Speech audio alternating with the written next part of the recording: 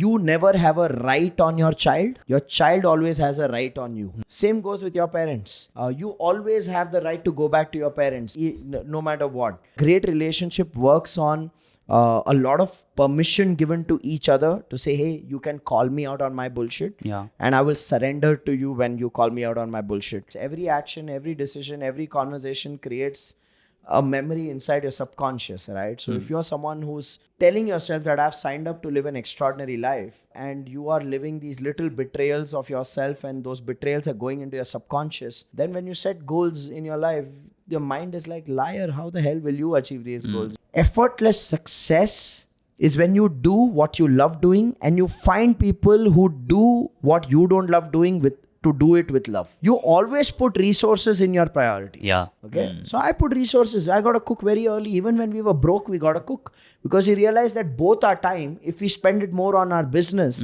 we'll be able to make that money. In 2018, I had just quit my job and I was looking at starting my own business and grow in my career. So I was working a lot. I was working on 2 podcasts. I was consulting organization. I was doing a lot of coaching consulting assignments. And at the same time, I was also looking at starting my own business. And that was the time, because I was working a lot, I landed up in the hospital because I had some sort of ulcer in my stomach. And that was the time I realized that how much I had ignored my health when I was trying to build my career. Because people told me that you can have either in your life, either health or business or relationship, and you can't have it all. And you have to compromise on one thing to make it big in the another. And in today's episode, we are going to challenge that, because I have invited Rajiv Talreja on this podcast for the 3rd time. And this time, we don't talk about entrepreneurship. We talk about how do you design the life Rajiv calls the and life. He strongly believes that you can have everything that you want. You can have health and relationship and finance and spirituality and recreation and so on and so forth. So in today's episode, we'll talk about 7 different areas of your life and how do you progress on all of them. You will learn the framework to plan your life and have it all. And I love how simply Rajiv gives the structure to this. And this is something that he doesn't talk about often. So we go really deep into some aspects of this. You're going to absolutely enjoy this episode. And there could have been no better time than the new year to talk about this. Take notes. There are so many things that I myself learned, and how Rajiv makes sure that he achieves whatever he wants in every area of life. Let's get started.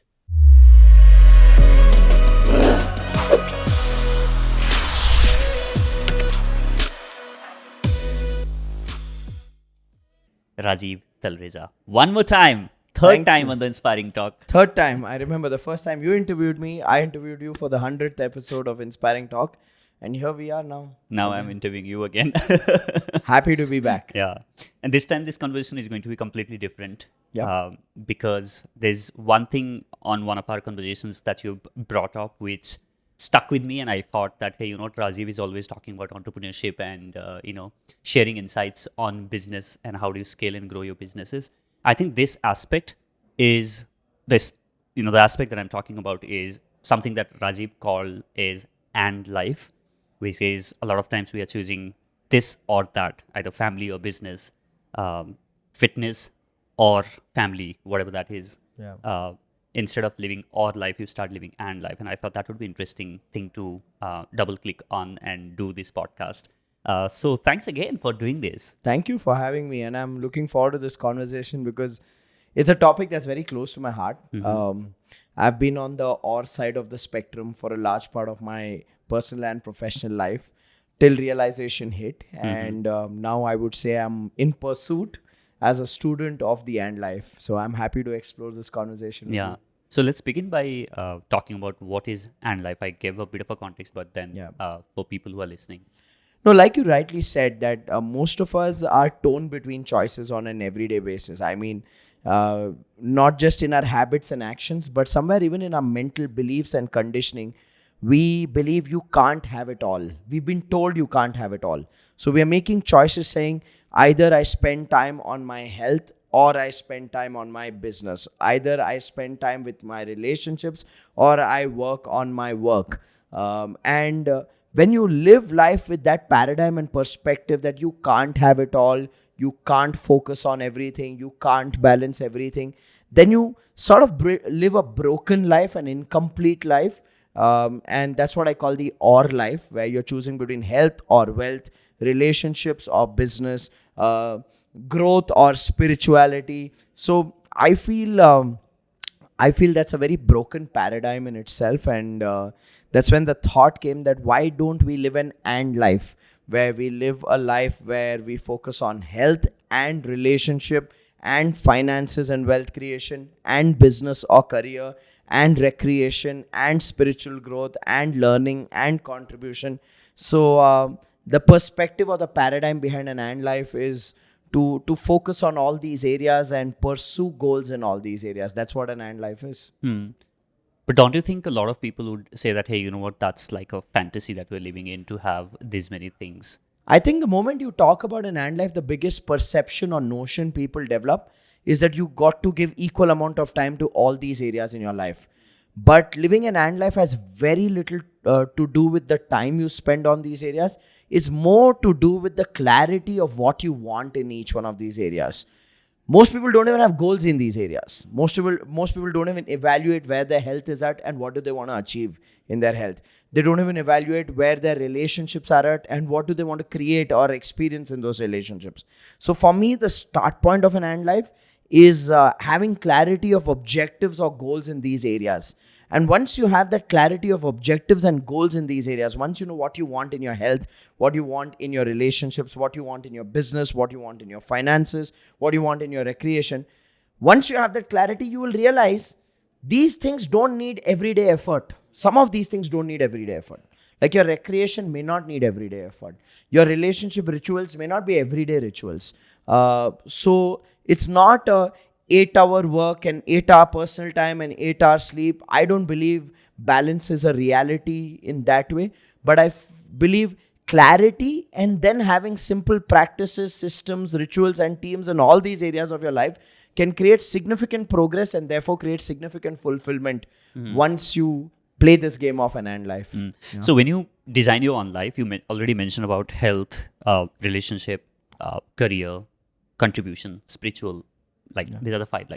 What are the categories that you look at? How many categories are For there? me, there are 7. 7. Okay. So I look at health, I look at relationships, I look at business, I look at finances, and I look at business and finances separately. Okay. Business is a source of income. Finances is how I save and invest that income that creates the wealth that I'd like to create. So you got health, relationships, business, finances, then you've got recreation, then you've got spiritual growth, and then you've got contribution. So these are the 7 areas. The best way I look at these 7 areas is look at top 3 priorities, because based on the phase of life you are at, there will always be something which is a priority, and create primary goals in those top 3 areas and create secondary and maintenance goals in the bottom 4 areas. And as you go through this method, you kind of juggle between priorities, and as you evolve, priorities change. And I love how sometimes we contradict our own lives. Great. So I think now, Rajiv, would love to now, look at each of those different things. You said the first thing is clarity that you need to have, right? Yeah. And where does one begin? Let's say now I want to give a framework for somebody who's listening to this. Now, let's say on a piece of paper, they have written 7 of these different areas of their life, right? So then what does that gaining clarity process look like? There are 2 ways you could choose your top 3. One, you could choose your top 3 based on what's relevant for you today. Second is you can choose your top 3 based on what's so broken that if you don't fix it, everything will fall apart. Right? So if I look at my own top 3 for this year, which is very different from last year, I think for me, my number 1 right now is my health. My number 2 is my relationships. My number 3 is my personal finances. And I feel very comfortable knowing that as an entrepreneur running multiple businesses, my businesses are not in my top 3 areas this year.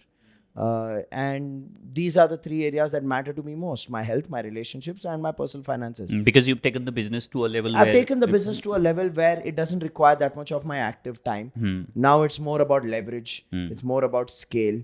It's more about putting the right resources at the right place, and just so areas where I really need to see a leap in terms of my capability, my contribution is my health, my relationships, and my personal finances. So that's one approach to see where you need to see the biggest gain range. Now, what do you need to prioritize?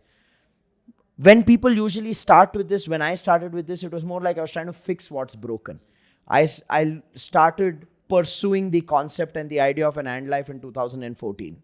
And that was a time where I was coming out of debts, I was coming out of losses, I was coming out of a very toxic personal mindset because I'd gone through betrayals in business. So I was not thinking straight myself, kind of lost faith on humanity.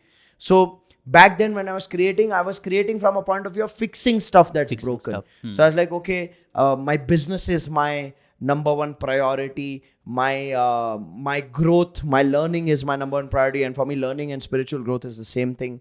So I was like, okay, my learning is my number one priority because I need to fix my own capabilities. Back then it was like, okay, my personal finances is my priority, but it was more coming not from saving and investing, but repaying debts.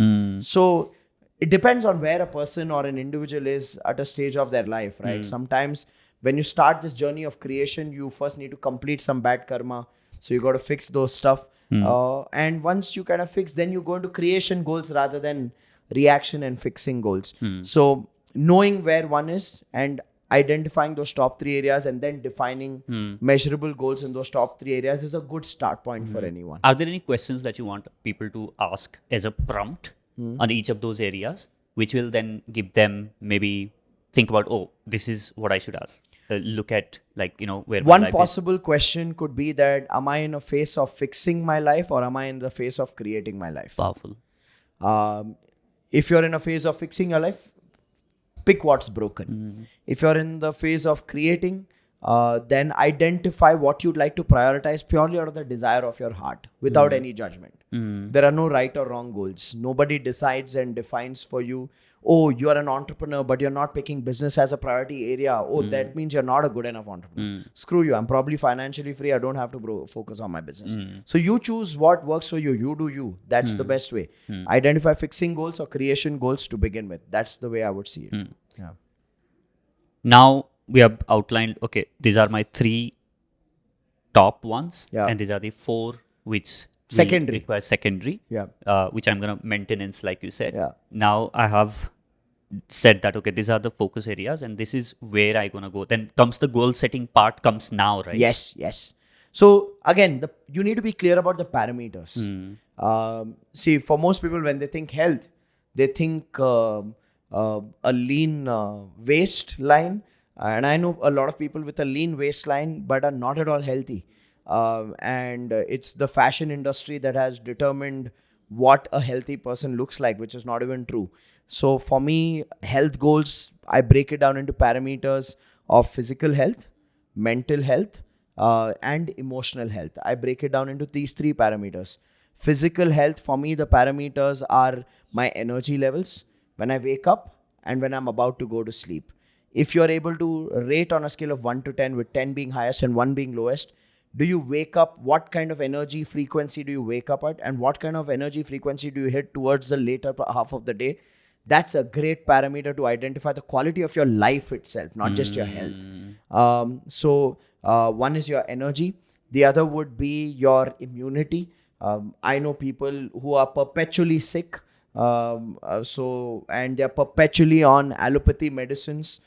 So your energy, your immunity, then comes your strength, then comes your flexibility. Probably your body structure and appearance is a 5th parameter. In most cases, it's irrelevant.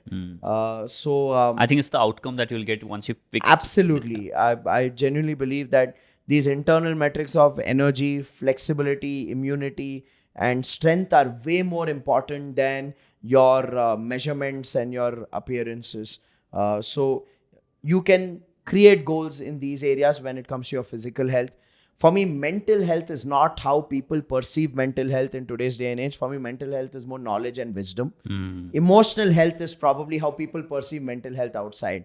How are you feeling? Yeah. Are you regulating your emotions? Are your emotions in control? Are you honoring your emotions? It's not just about being positive all the time. True. I think superficial positivity is more dangerous than any other emotional state a person can be in. So it's about having clarity of those parameters for your physical, mental, and emotional health. And you can develop your own rating scale, right? On a scale of 1 to 10, based on your own experience, you can be true to yourself, develop where you are, where you want to go, define it even as an objective statement in these areas. So I would say health is that. From the point of view of relationships, people ask me, how do you keep goals in relationships? For me, in relationships, I look at 3 types of goals. One is being goal. Who am I being in that relationship? And fundamentally, my true measurement of an empowering relationship is where I can be free, where I don't have to lie, where I don't have to manipulate, where I don't have to choose my words. So freedom in a relationship, and you can break it down. Again, I come from a school of thought and a philosophy which is very deep-rooted that especially for those who are married, your spouse comes first, your children come second, your parents come third. And as per our ancient Vedas, that's the right hierarchy. We've been misinterpreted and sold the idea that if I put my parents anything less than first, then I'm not a good enough child. True. But the truth is, your sathi is your sarthi. That's the first thing. Your child is your responsibility, and your parents is your duty. Beautifully put. You got to have that clear frame. Anything beyond these 3 relationships is a bonus in life. So whether you have it or you don't, irrelevant. Okay, that's the way I see it. Once a yoga teacher taught me this beautiful distinction, and he said, रिश्ते, नाते और संबंध में फर्क क्या होता है? And I said, क्या होता है? And he said something beautiful on the lines of sambandh is with your spouse, okay, which is most important. Rishte is with your children, which is your second responsibility, and your parents have a rishta with you. And he beautifully said it, saying that you never have a right on your child. Your child always has a right on you. Same goes with your parents. You always have the right to go back to your parents, no matter what. And he's like, naate is with the extended world. He's like, naate don't matter. Naate mein log khate, वापस कुछ नहीं आते. So I think that clarity is important in your relationships. And once you are clear what are the most important relationship, you create a being goal. Who do I want to be in that relationship? Okay. You create a giving goal. What do I want to provide to that person? Different people want different things from you, right? Some people want space. Some people want trust. Some people want empowerment from you. Some people want belief from you. Some people want love. Some people want time. So understand each person's language of love and give them that. Okay, it's not about you giving what you would like to give. It's about you giving what they would like to receive. And once you operate from that paradigm in a relationship, you give with freedom, and giving gives you joy. I think the most dissatisfied space for people in a relationship is when they're looking at what am I getting. So your being goal, your giving goal, and finally in your relationships you can set up your rituals or experiences goal. You can have simple rituals like I will take my pet for a walk every day, no matter what. That 1 hour is for me and my pet. I will go for a walk with my spouse every day, no matter what, and that 1 hour is for us to have deep conversations and connections. I will not watch TV at the time of eating a meal. That's my time with the family. So everybody can come up with their own set of having rituals, those boundaries, right? Things that they like to do with each other without any external distractions. So that's how I look at relationship goals. And then of course your wealth goals is your saving and investment. Before we move to the wealth, I would like to add something that I learned about the relationship on the lines of what you've said is there's 4 really powerful questions which I maybe somebody listening to this can ask themselves. Like the first one is like you said, right? What is it that I'm getting out of this relationship is one, which is also important for you. Like you can't always be in a relationship which is the one who is always giving. Yeah, I mean, that's very relevant to those who are selflessly giving, but their partner or whoever on the other side is not reciprocating. Then you're being a mandir ka ghanta. Yeah. You got to be very careful about that. You can't have tongue. You can't just keep being struck by people, right? Yeah. So you got to have a right balance there. So agree to that in that so context. what is it that I'm giving to this relationship? What is it that I'm getting in this relationship? Yeah. What is it that I want to give more in this relationship? And what is it that I want more from this relationship? Nice. Yeah, and I think those 4 questions are really, really powerful for somebody like you said, right? Yeah. Who might be like, hey, but I am the only one who's giving in this relationship and my partner doesn't reciprocate. Yeah. Maybe it's time for you to probably rethink about that relationship, right? Yeah. My experience in a relationship, when you have to go through this as a measurement scale, then that relationship in itself is dysfunctional. Relationships that you connect with, giving is so effortless. Yeah. So I totally resonate with that. Yeah. And now that we're talking about, relationship, you've just completed 10 years of your marriage. Yeah. And I think you guys were dating before that as well, right? How many years you've been married with for Bhakti 10, now? engaged for a year before that, dated for 6 years before that, 17. friends for 5 years before that. So I lost the count. 22 years. 22 years. Wow. We've known each other for 22 years now. Wow. Yeah. So I'm kind of blessed to find the right partner early in life. She was a friend for 5 years, which I think is the most beautiful thing. So she knew about all my failed love stories before that. And she was a great ally.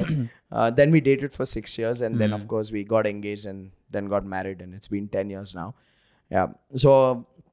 yeah, that's where I'm at. Yeah, and I think, one of the things that from afar, right, from knowing your story and seeing what you guys are doing, you and Bhakti, what I see is there has been a lot of growth in this journey as a couple. Yeah.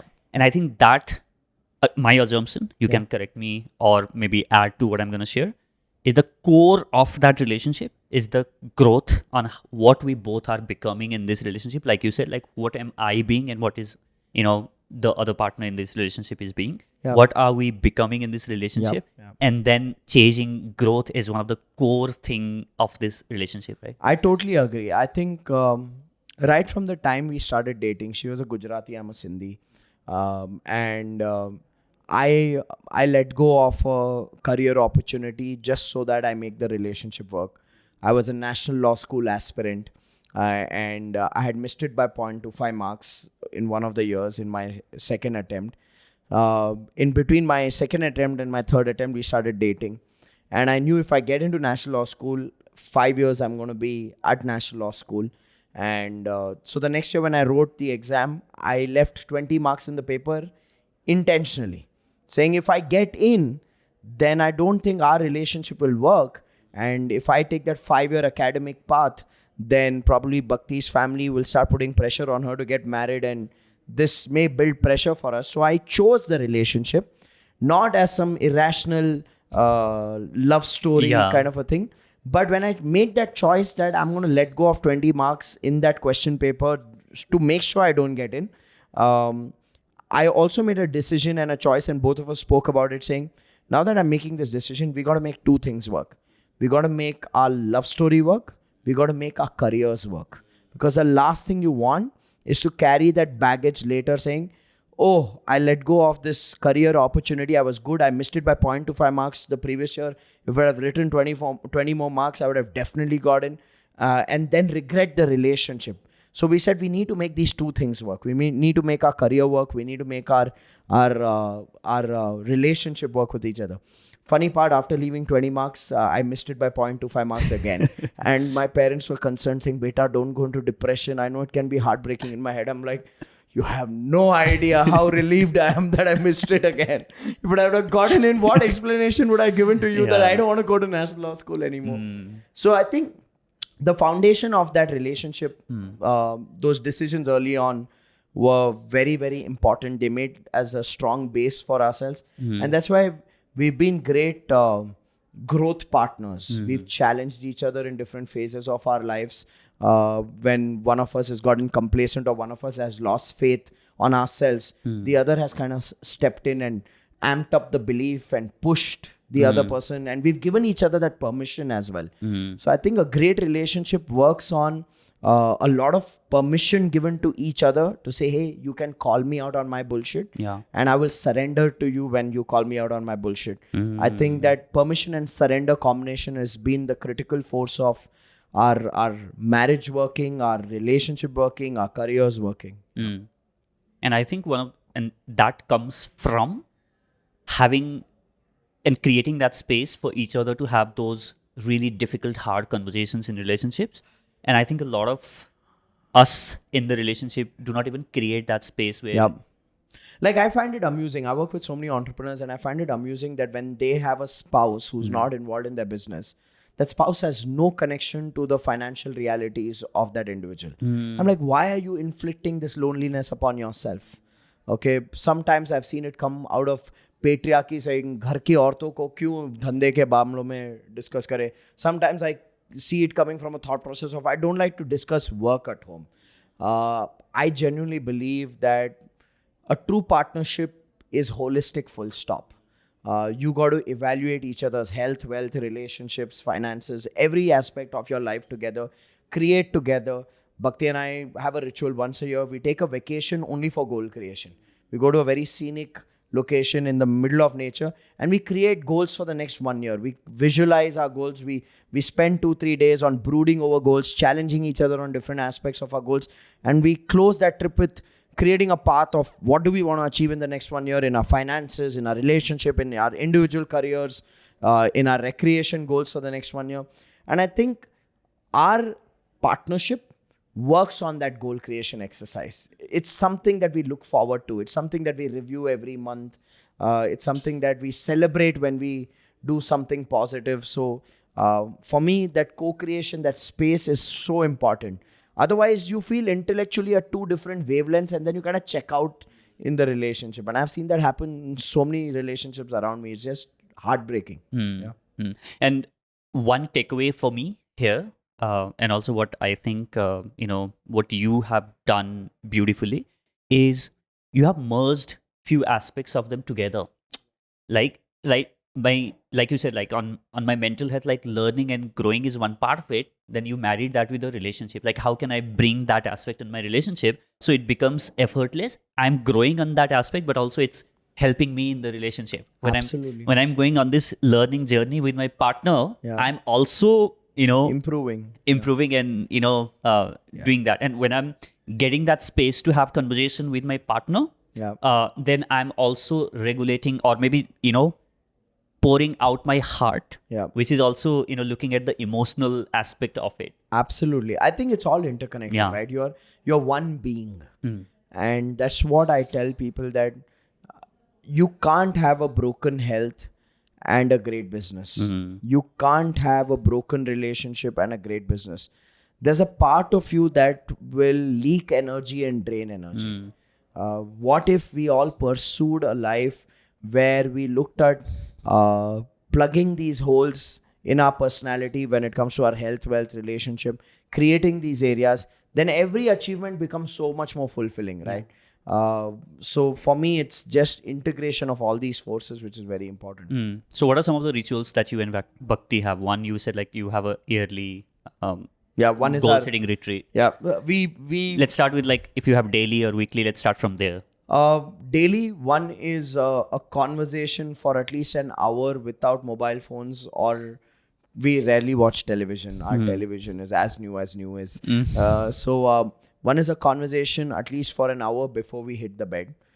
Second is having the meal together no matter what. So it's not like, oh, I'm not hungry, or you're not. We have our meal together no matter what. That's I think in daily, these two things are our core anchors, which is our food and our conversation before we go into bed. It's like just a catch up of the day, like just a complete catch up of the day. I would say that's an important ritual for us as a couple. Weekly, I would say we do step out. We are more lunch people than dinner people. So we do like to step out by ourselves for lunches. We do drives sometimes, but there's no fixated that weekly one drive Yeah, we are not like Subodh from Dil Chahta Hai जो 5 बजे सुबह उठ के पहले योगा करता है Sunday पे. We have a free flow, but there are certain things that we go back to. Like there are certain things that we like doing.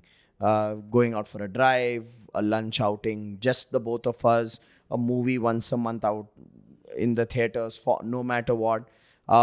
One thing that brings us together is travel. I think for us, travel is life, life is travel.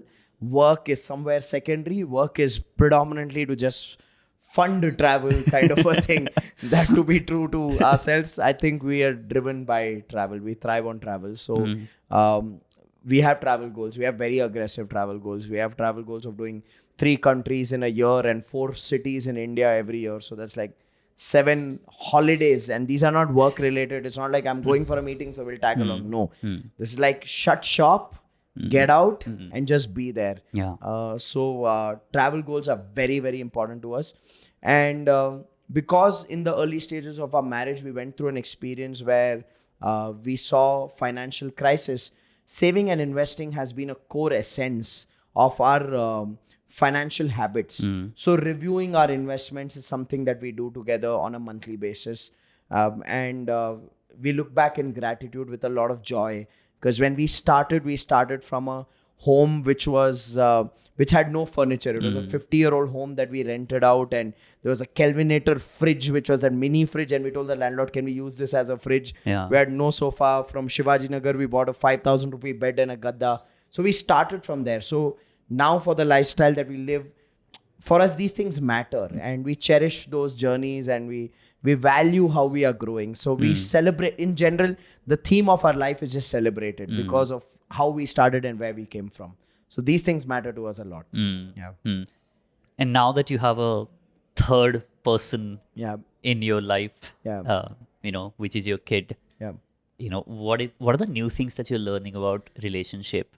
One of the things I've learned very early as a parent, my daughter's like 3.5 months now, and one of the things we've learned is that you don't teach the child. The child comes into your life and teaches you so much.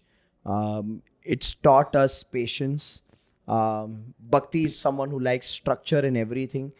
The child has taught her surrender, saying that just honor the child. If the child is not taking the feed, wait.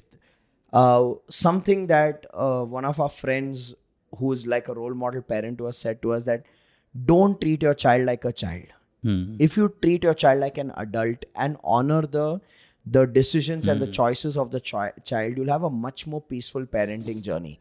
So we are constantly looking for cues. She can't speak yet, but we're looking for cues. What is she communicating? If she's cranky and restless, one of the rituals we do is we go to another room and take a moment and kind of communicate with her higher self and saying, what's making you cranky and helpless or restless?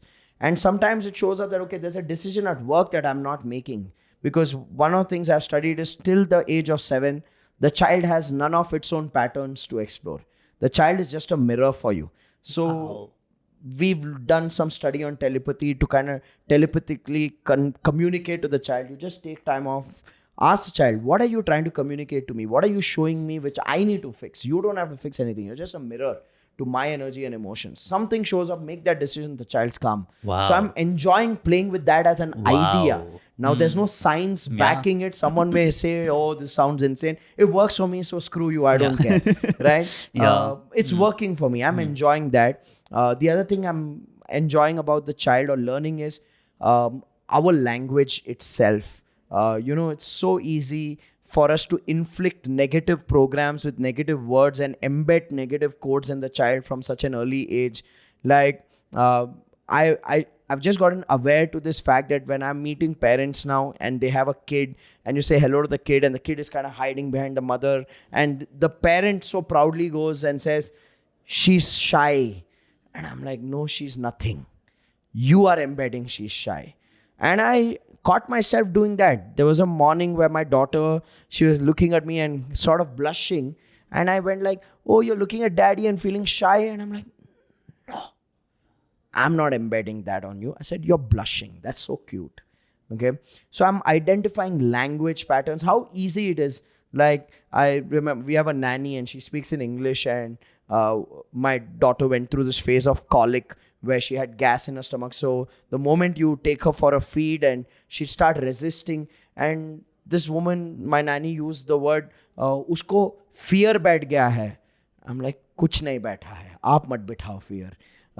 So I think parenting is such a beautiful learning experience of our own personality, our own beliefs, our own language patterns, that if you just treat that child as a blank canvas and you ask yourself, what do I want to put on that canvas? I think that's a beautiful way to look, Yeah, isn't it? it's what am I painting in that canvas, right? Because that's creating the early conditioning of the child. So I've become curious about this. I'm becoming a seeker in this area, just reading stuff, interacting with other parents, observing children, and just want to be able to create the right space and platform for the kid. That's something that's been exciting as a parent now. Wow, that's so beautiful and such a pure thing to hear. And also, like, there's a saying that goes like, if you were to imprint the words that you say in a day, what would that word cloud look like, right? And pretty much the same, like you said with your kid. What would you implant or on your kid, which is absolutely, it's so important, right? I mean, I believe our parents lived in the generation of responsibilities. Their primary thing was to be responsible and fulfill and give us a decent standard of living. And I think if we've been blessed with parents who just focus on responsibility, we don't have to now worry about responsibility, so we can focus on creation for the next generation. And then they can go on explosion spree and impact the world. So that's the way I see it. Is there anything else on relationship that you'd like to share?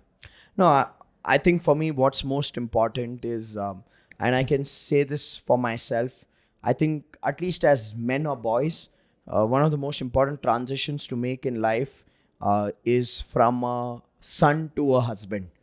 Many people fail at that. I have seen that happen in good families, in good environments where there's so much guilt that boys carry around on prioritizing your spouse over your parents. Your parents live their life based on their values, their beliefs, their principles. You got to create your life based on your values, your beliefs, your principles. And so many people just look at voicing that out as disrespectful. And I feel that if we understand that this is not disrespectful and it can be done respectfully with clarity, then I think we will create happier family environments. For me, that was a very interesting phase of my life 10 years ago, where I had to kind of reconcile within myself that am I being disrespectful, or am I being submissive, or am I being am I being a go with the flow or a sandwich?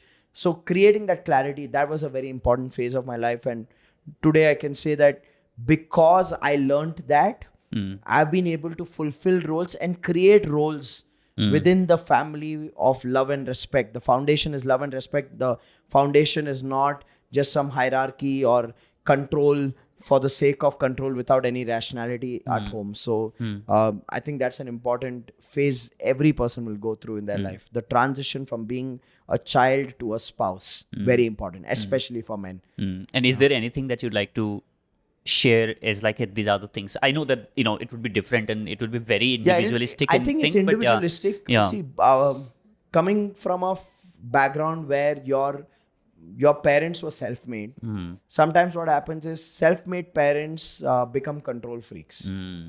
They want to determine how they just want to question choices that you make. And because you don't want to give that answer, you end up doing innocent lies. You want to go out with your wife for just a date night, and you say that to your parents, you're like, sab chalte hai na. The intention is togetherness. And then you're like, okay, now I can't go back to her and say that mom, dad also are coming. So the next time what I'll do is I'll tell them, we both have some work outside.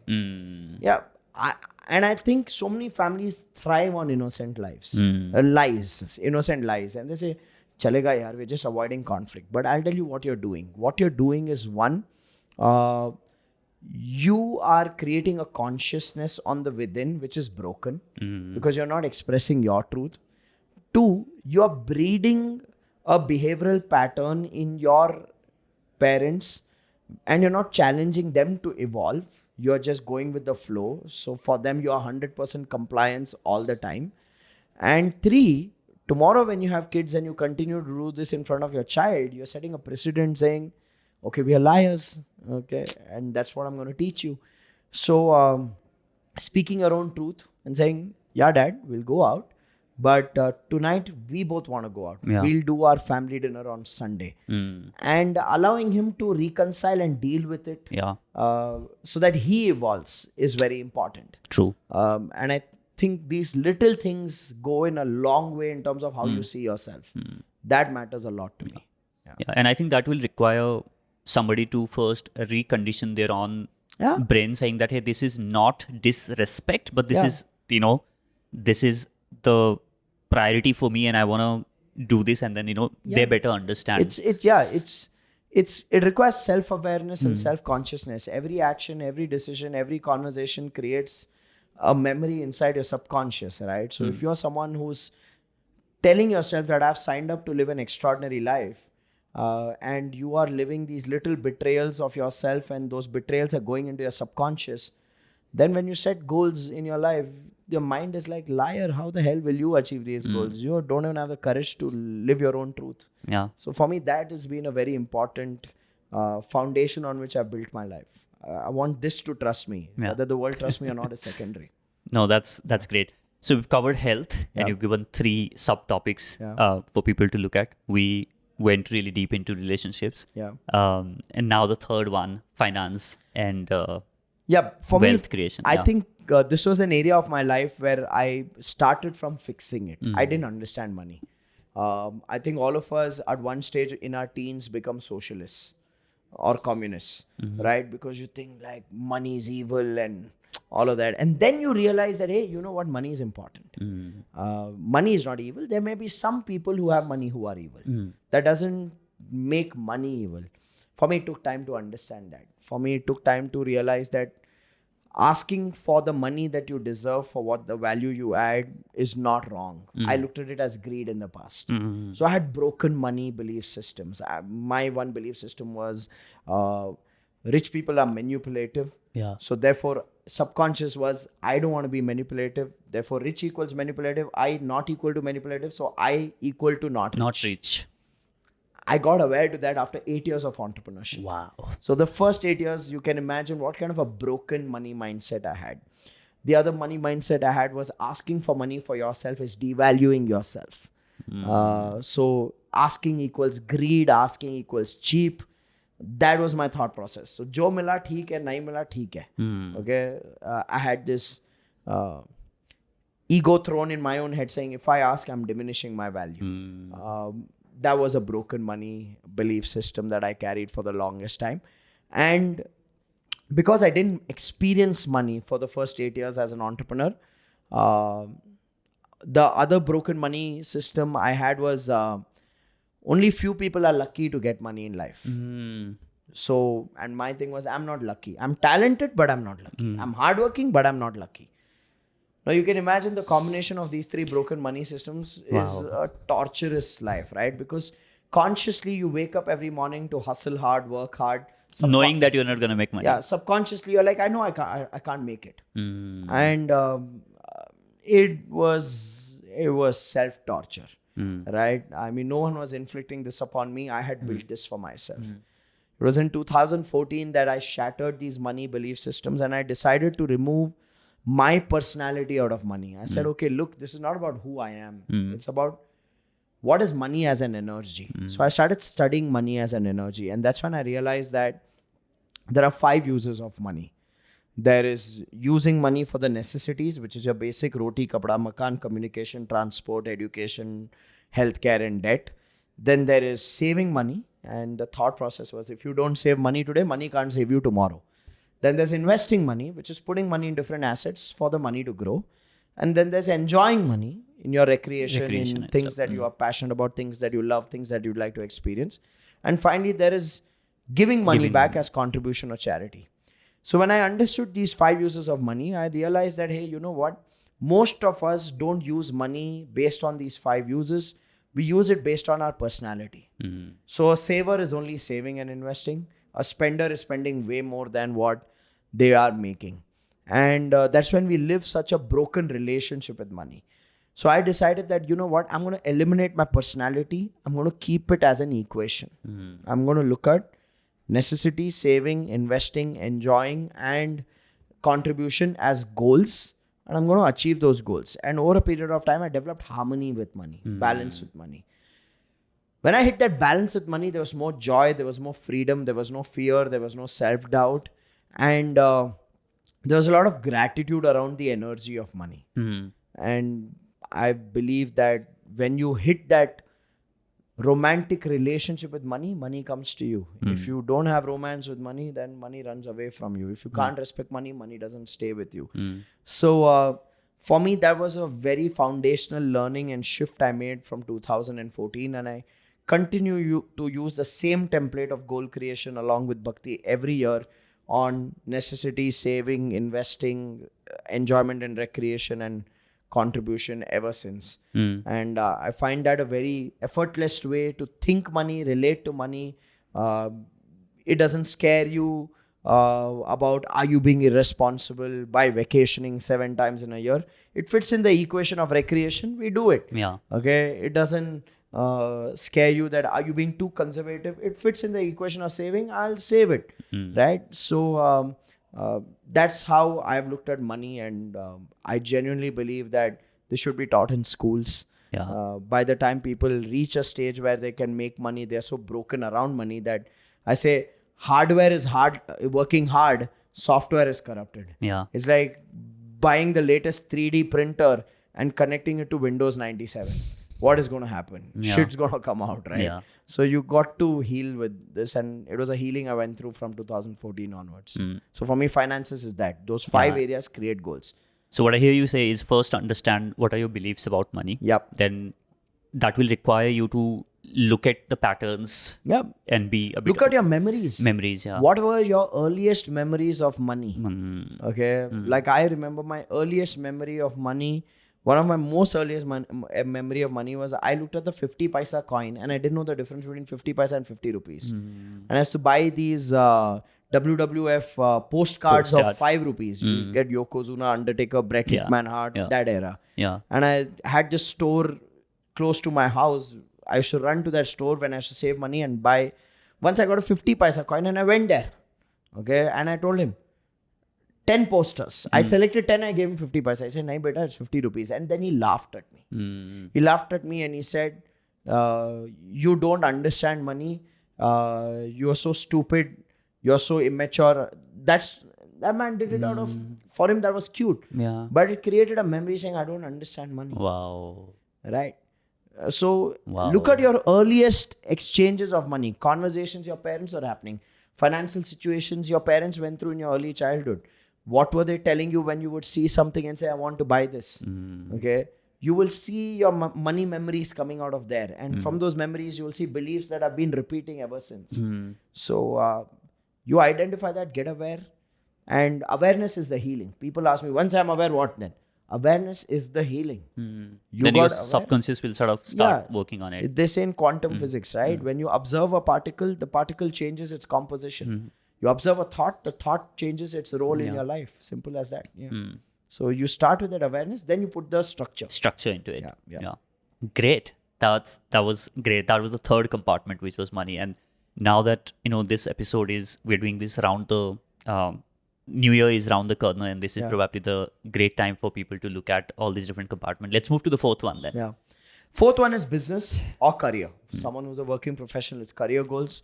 So for them, career goals would largely be learning goals in terms of the technical skills in their career, contribution goals in terms of their particular role in the organization.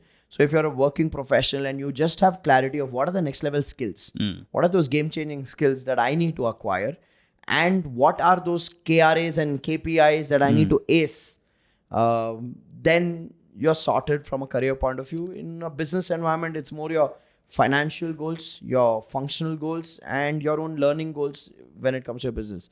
So the way I see it is in business, it's more like you need to know what's that top line and bottom line you want to achieve, which is your financial goals. And in your functional goals, it's more about breaking down then What should marketing achieve for you to achieve financial goals? What should sales achieve for you to achieve financial goals?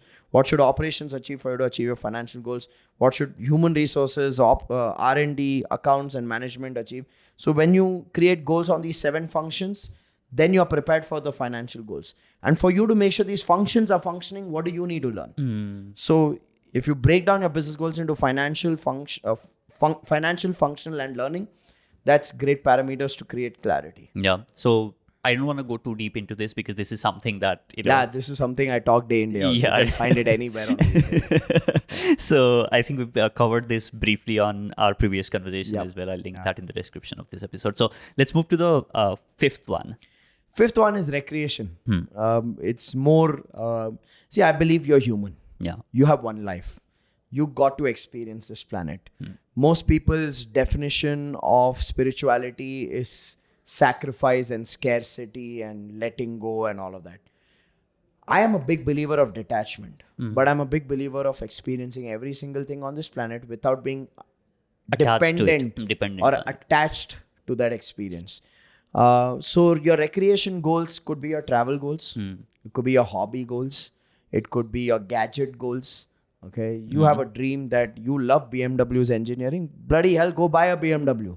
Don't let some financial influencer tell you that no, Ola and Uber and is better. That's being woke. Screw it, man. I love the engine. I love the drive. I love the feel. I will create a goal in my life where I earn enough, spend on my necessities, save enough, invest enough, and then I'll buy a BMW car. Now that you're saying this, sorry to interrupt, but now that you're saying that, maybe also it's a good time for you to ask yourself that, hey, you know what? There's people saying that, hey, you know what, it's Ola and Uber is better than buying. Are you using that as an excuse to not work hard enough? See, I'll tell you, there's this big school of thought around minimalism. I love the idea of minimalism. But I'll tell you what I love even more than minimalism is moderation. Okay? Yeah, I love it. I am not buying stuff for social approval. I'm buying stuff for internal joy. Okay? Till date, I haven't put the pictures of my cars on social media. Yeah. But I love driving. I will buy cars that give me that drive. So I'm clear in my life that I'm not doing it to please someone or gain status in someone's eyes. Yeah. I'm doing it because I love me. That's it. So what are those things that you're... And this is where I think so many people get it wrong. They do stuff for status and social approval. But once you spend time on reflecting on... Are you doing it for you? So can you live with it without putting a post about it on social media? True. Then you're sorted, my friend. You don't have to live a life of minimalism. You can live a life of moderation. Yeah. Okay. If I'm saving and investing 70% of my income and I'm using 10 or 15% of my income on my recreation and enjoyment where I'm able to fit 7 vacations. Yeah. I'm able to buy the gadgets that I'd like to explore. I'm able to drive the cars that I like to drive. So be it. Yeah. Okay. I don't need to fit into the school of thought of either minimalism or hollow materialism. I don't have to fit in those schools of thought, right? Yeah. So I think recreation goals are stuff that you do for your joy.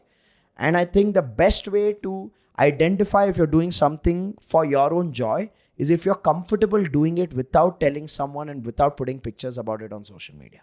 Yeah. If you're able to do that, you're doing it for you. And that's the most beautiful thing to experience. Yeah. So for me, that's my recreation and enjoyment parameters. It's vacations, it's hobbies, passions you'd like to pursue. It's gadgets that you'd like to own, possessions you'd like to own. Yeah. You like collecting watches, go ahead and buy, my friend. Yeah. If it fits in your equation, go ahead and buy. Yeah. I'm not a big believer of, okay, you go buy an iPhone 14 if you're on a 20,000-30,000 salary and call that passion. I call that stupidity and irresponsibility. You can do much better with yourself and your money. Yeah. But I'm saying that pursue that growth, not for greed, but for the thing saying, I can. I'm doing stuff because I can. So for me, recreation fits there. It's like play fund. Play fund. You do it for play. Yeah. And I think that's the whole point of all of this, right? If you're not having fun along the way, if you're saving and doing all these like things. I know people who are extreme, right? They only save and invest. But you know what? You may be comfortable with it. And I know people who genuinely are very comfortable with only saving, only investing, and they don't have any play fund, any recreation goals. But what I've seen is when they are the primary income earning member of their family, what they're doing is they're creating deprivation for the rest. Just because you control the money, you call the shots on the money. I think that's a very unfair way of living life, because then your like, I'm sure everybody would have seen people where someone, like say the primary income earning member of the family passed away, and after they passed on, the family lived a better lifestyle. Better lifestyle. True. Why do you want to create that kind of karma with your own loved ones where they're happier once you're gone? So I think that balance is important.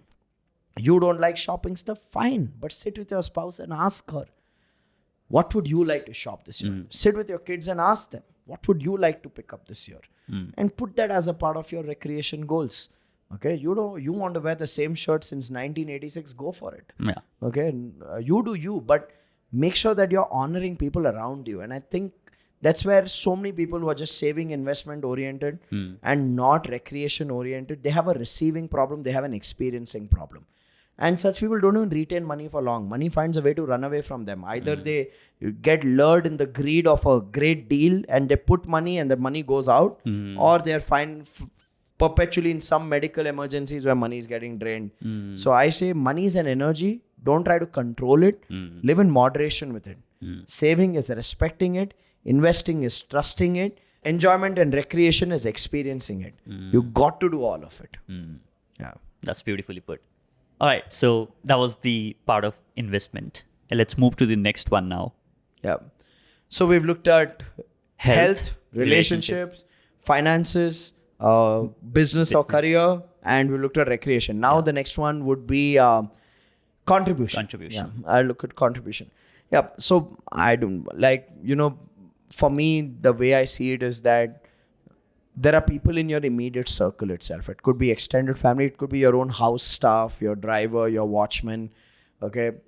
For me, contribution first comes in this circle. Okay. Later, probably to an NGO or a charitable trust and all of that. For me, if I'm able to take care of the education expenses of my house staff and my driver's kids and my watchman's kids and my cook's kids, I think that's my first layer. That's my inner circle. You can't make a difference to your own inner circle who's in need than just going to some ashram and taking pictures while you're doing charity is absolutely meaningless. So for me, contribution starts with helping those who are in your circle of influence already, empowering them. It could be through direct contribution or it could be through opportunity creation.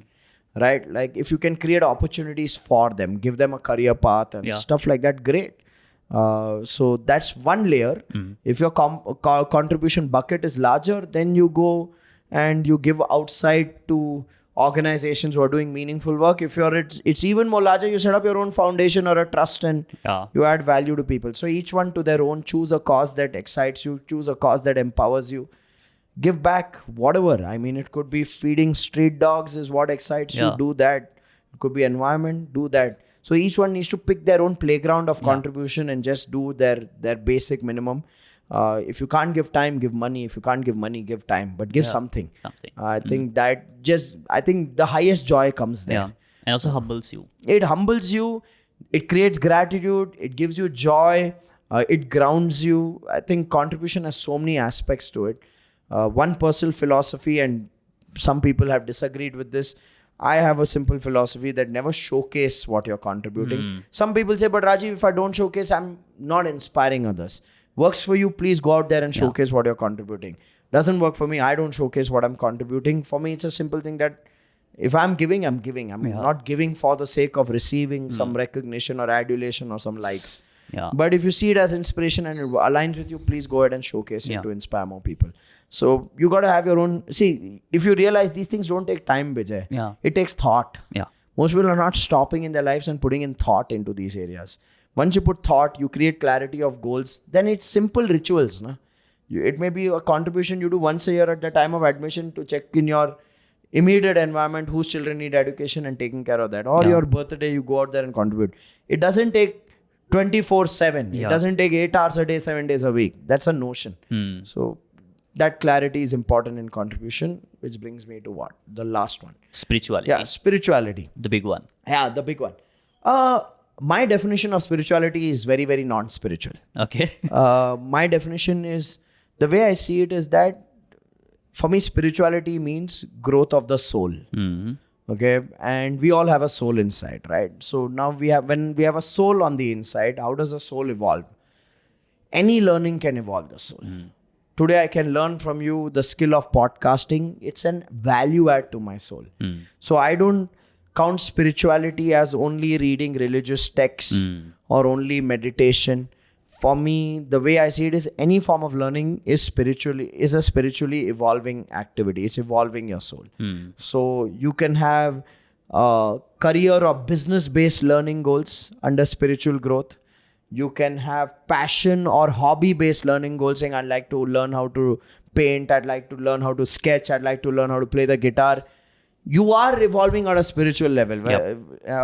It could be religious or philosophical kind of learning to as a spiritual goal. So any kind of learning goal is a spiritual goal for me. I've made it simple for myself that way. That's how I set my spiritual goals. So for me, it's not about, okay, I need to by heart these many shlokas and only then I'm spiritual, or I need to revisit the ancient Vedas and then I'm spiritual. If I'm learning digital marketing this year, for me, that's a spiritually evolving activity. I keep it simple. I don't like to complicate it. So any kind of learning goal is evolving and enriching your soul. That's a spiritual growth goal. That's how I see it. And I think that eases it for so many people. You know, I have friends. I have some very, very amazing friends who are deep rooted in rituals and religion and Bhagavad Gita, and when you sit in front of them, no, you feel like a papi purush. Okay, like tum sala khali paisa kamana, ghumna, yehi hai tumhara zindagi. But I had to make peace with it. I had to make peace with it, saying for me, serving people, impacting my clients is spirituality. Spirituality, yeah. So they say, some people are jnana yogis who are channeling knowledge and practicing practices. Some people are practicing Bhakti yoga, where they are in devotion of the Lord and are serving. Some people are karma yoga. I'm like, okay, the one who doesn't practice any practices, the one who doesn't devote to a particular God and say, I serve in the name of this God, hum sab karma yogi. Kaam karenge, and that's good enough. Do it with the intention of service, that's good enough. So for me, I've made it guilt-free for myself. That's the way I see it. Yeah. I think it's important for you to recognize what works for you. Absolutely. And what gives you the joy and the satisfaction. Absolutely. I have a friend who was spiritually initiated and he used to do kriyas every morning. He got busy. He stopped doing his kriyas. He started facing sinus issues. And then he worked with a yoga master who was pretty learned, not your regular yoga trainer on Instagram. But he worked with a yoga master, and the yoga master said, health-wise, you're perfectly fine, my friend. And that guy asked him, out of nowhere, he asked him, are you spiritually initiated? He said, yes, I'm spiritually initiated. He's like, are you doing your kriya? He's like, no, I'm not doing my kriya. He said, please do your kriya. And the sinus went. So it's a path, na? You don't choose the path chooses you. Okay, so some people have been initiated. For them, that practice is spiritual growth. Yeah. I'm the uninitiated, probably going to hell. So just trying to make peace with myself and add value to people's lives. And that's, you got, whatever you do, you got to do it with inner freedom. I think that's most important. Super. We have covered the whole 7 of areas. like 7 areas. And now, like you said, right, this is around, like I said, this is around the corner. New Year is there, then this is probably great time for people to sit down and try and, make goals on each of these different areas. Yeah. And now going back to the point where you said you go on this vacation with Bhakti and then plan these 7 areas of your lives, then what are the checkpoints that you have in place to make sure that, because what happens for a lot of us is we set that and then we forget till the next time when it's time for us to, re-look at and reset. So what are the checkpoints that you put in place? As funny as this may sound, for me, the important checkpoints really are 3 things. Roles, reports, reviews. These are 3 things which are my checkpoints. What do I mean by that? Say, for example, health. I was born chubby. I grew in a Sindhi family where there were 5 types of dishes for dinner. Okay. And we were all stout and overweight. And when someone sold us the idea of health, we used to be like, bhai, ek zindagi hai, kha pi ke maze karenge hum. Right? From that to today, I can say that I had a joint family pack. Now I've come down to a family pack. Working towards a decent 4 or 5 pack or even a single flat pack. 6 pack is not yet a aspiration in range. But I think for me what shifted is in the last 5 years of my life, clarity of the importance of health. And as a result of that, knowing where I stand there, and I realized my incompetence level is high when it comes to my health. I don't have natural inclination, knowledge, capability to take care of my health. So I had to define roles that I need in my life of people to take care of my health. So I got a nutritionist. So you build a team in every aspect of your life. Yeah. I have a team for my health. I got a nutritionist. I got a fitness trainer. I got a cook. Okay. Who can make sure that they cook what see, if you have to do stuff by yourself, you're screwed. Yeah. Then you will give the excuse saying, I have my job, I have my business. Now, some people may say, but Rajiv, for all this, you need to have the money.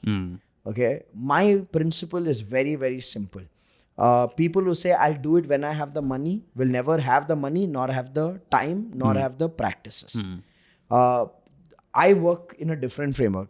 I ask myself, is health important? Yes, health is important. And is health a necessity? Yes, health is a necessity. So is spending money on health a necessity? Absolutely, it is a necessity. So I know I don't like cooking. Neither does my wife. We got to cook when we were broke. People will say, Amiro ke shaunk hai. Nahi, Amiro ke shaunk nahi hai. This is clarity. That shows you This are really is priority. committed You to the always growth. put resources in your priorities. Yeah. Okay. So I put resources. I got to cook very early. Even when we were broke, we got to cook. Because we realized that both our time, if we spend it more on our business, we'll be able to make that money. Yeah. True. Okay. So we don't have to put ourselves through this torture as, we've lost a business, we shut a company down, we don't have money. So now let's punish ourselves by doing something we are not good at. No, I won't punish myself. Okay. So gotta cook very early. Slowly realized we and the cook lack clarity. So let's get a nutritionist. And we got a nutritionist not at a time of our life where we were sorted financially. But we said, okay, eating the right food is important. It will determine my energy levels, my immunity levels. Okay, I'd rather be proactive than reactive in my life. Okay, I got a fitness trainer on board when I was not financially that sorted. Okay, so for me, it's about identifying the roles. Because I'll tell you, the biggest excuse people give you is, I don't have the time. Yep. So build teams. If you don't have time and it's important, build teams in that area. Yeah. Right? So I got this team in place and they started taking care of my health. So I am a follower there. I'm not a creator or a manager. Yeah. My cook is the manager. My nutritionist is the manager. My trainer is the manager. Yeah. I'm a follower. I don't know this. You tell me, I do. That's it. That's it. Yeah. Okay. So build teams. You need to have roles. Same with finances. I got a financial mentor. I found a person who'd actually made money. I didn't go to a broker because he told me one thing: brokers are broke. So you don't go to a broker. Go to someone who's made money. Made money. Okay. And show your sincerity and hunger that you want to learn. You will do what they ask you to do. Yeah. Okay. You will surrender. So I found a financial mentor. He educated me on money. He educated me on different asset classes. He taught me equity, mutual fund, real estate, why you should do, what you should do, when you should do. I surrendered and I followed the discipline over there. So roles are important. And business, I'm being a big propagator of building teams. Yeah. Right? For me, roles is important. Building teams is important. That's the start point. Yeah. And when you put the right roles in place, now that's when you'll realize, Bijay, that living an ant life is effortless. Yeah. I think half of your job is done. You just have to follow. Yeah, you just have to follow. You got to show up and do what they're asking you to do. That's it. That's it. Yeah. Okay, you don't have to be the creator and the manager and the doer. Yeah. You can't. Just be the doer. No? Let someone create, someone manage, you do. Do it. That's it. Beautiful. So, for me, that has worked. Okay, for me, that worked in health, worked in finances. In relationships, also, there are roles. I created roles at home. I said, look, when it comes to decision making in this house, let's understand whose strength is what. My dad comes from the old school. Yeah. He knows distributors of every product that we use at home. So he said, procurement, you manage. Yeah. Okay. You manage. You manage the procurement. Okay. Experiences, my wife will manage. Yeah. because she's good at creating those experiences. If you're going on a holiday and punishing ourselves on that holiday by living in a low standard, substandard place, no point going to that holiday. Yeah. So shopping, she'll manage. She has a taste. She won't compromise on fabric. She won't compromise on this. So everybody, she's the boss over there. Yeah. Okay. Created roles at home. Mom's the one connected to God. None of us enter the puja room. She's the one connected. Like, okay, she'll say, tell, I'm vegetarian. My father eats non-veg. She'll tell Dad, Friday ko nahi khana hai. Nahi khana hai. That's it. The head of spiritual connection has told you that. So when you create this kind of roles at home, there is clarity in the situation who's taking the lead. Yeah. Relationships become a lot more effortless. Yeah. But if I have to tell my mom to go shopping with my sisters and my wife, everybody will come back home unhappy. Yeah. Because she'll see price tag. For a 2,000 rupees ka top is too much. It's like, no. Okay. You identify strengths, play the roles in relationships as per their strengths. Right? Emotions, my sister will manage. She's the most emotionally balanced and sound person. She can call out the shit of my parents. She can call out my shit. She can call out my wife's shit. She can call out her own shit. So we've identified roles which helps us give lead to each other in different situations. Okay. Now people sometimes say, Rajiv, yaar, sala tum idhar family mein bhi structure laaye. I'm like, isn't that an important area? That's true. Yeah. Ask so many people when I'll be sharing, when people will be watching this, they'll be like, shit, this is so freaking relevant. Yeah. Most people are not thinking of this. We've worked on our end life. Okay. So I can do this podcast with authority and tell you what works. Right? So roles is important in every aspect. Your business, your relationships, your health, your finances, your recreation. Roles are important. Identify what's their dream team. Okay. I learned this from Dr. John D. Martini, and he's one of the wisest souls I believe walked on this planet. He said something.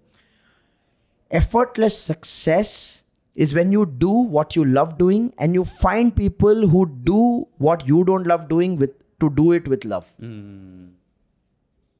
I don't love shopping. My wife loves it. Please take the lead. Yeah. Okay. I don't love sitting in the puja room. My mom loves it. Please take the lead. Pray on all our behalf. Yeah. Okay. So effortless success, a true team is what? Where everybody is playing a role which is in alignment with their strength and their passion. Yeah. And in every home, there is a strength and passion. We are not discussing it. In most homes, decisions are made out of hierarchy, which is where the disasters happen. Which is where the lying happens to our most dearest and nearest ones. Right? So roles, that's the first mechanism to live an end life. I think half of your job is done. Yeah. Then is reports. Okay, you got to have your own structure of reviewing stuff. So with my fitness guy, I'll have a reporting template. He'll do my body mass analysis once a month. He has an app. He'll tell me, okay, this is it, boss. With my nutritionist, I have my recall sheet of every day reporting to her. This is the food I ate. This is the junk I put in at this hour. This is where it went out of control.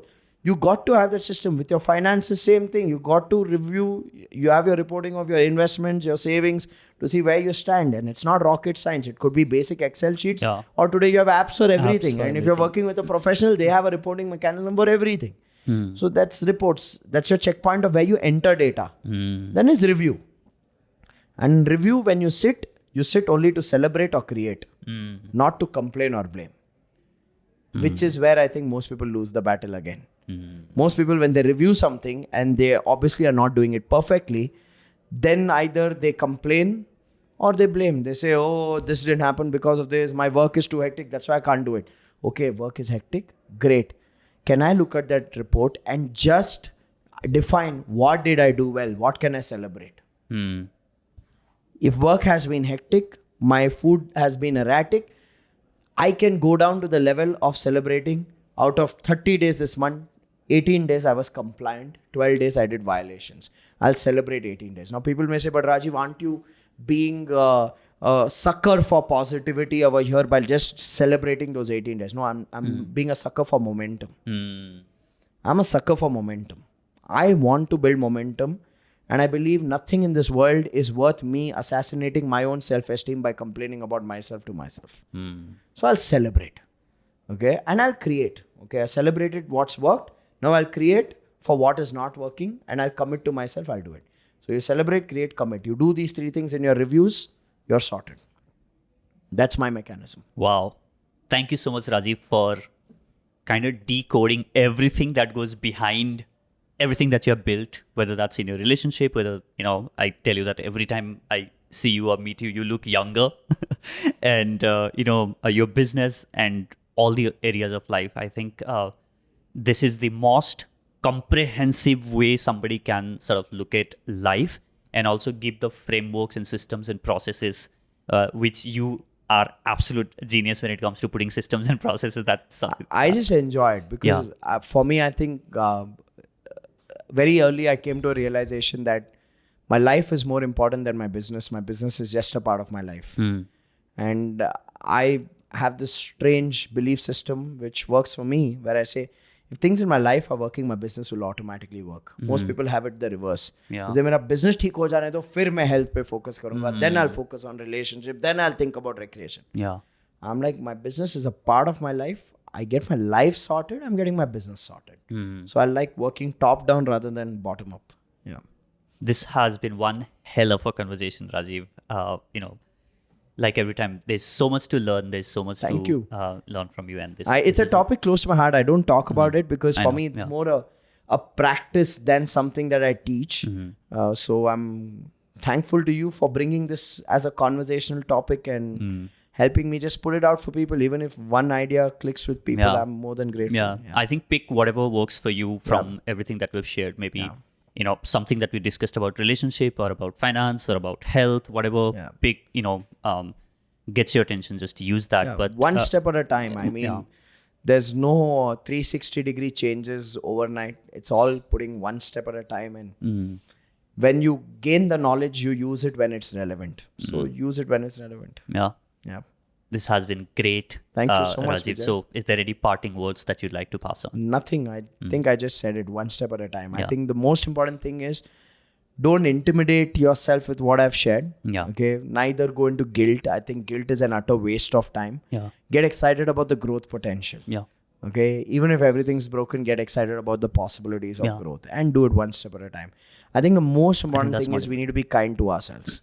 Some of us just keep whipping ourselves. Not worth it. Just be kind and do it one step at a time. Thank you so much. Thank you, Bijay. Thank you so much. Superstar. Thank you.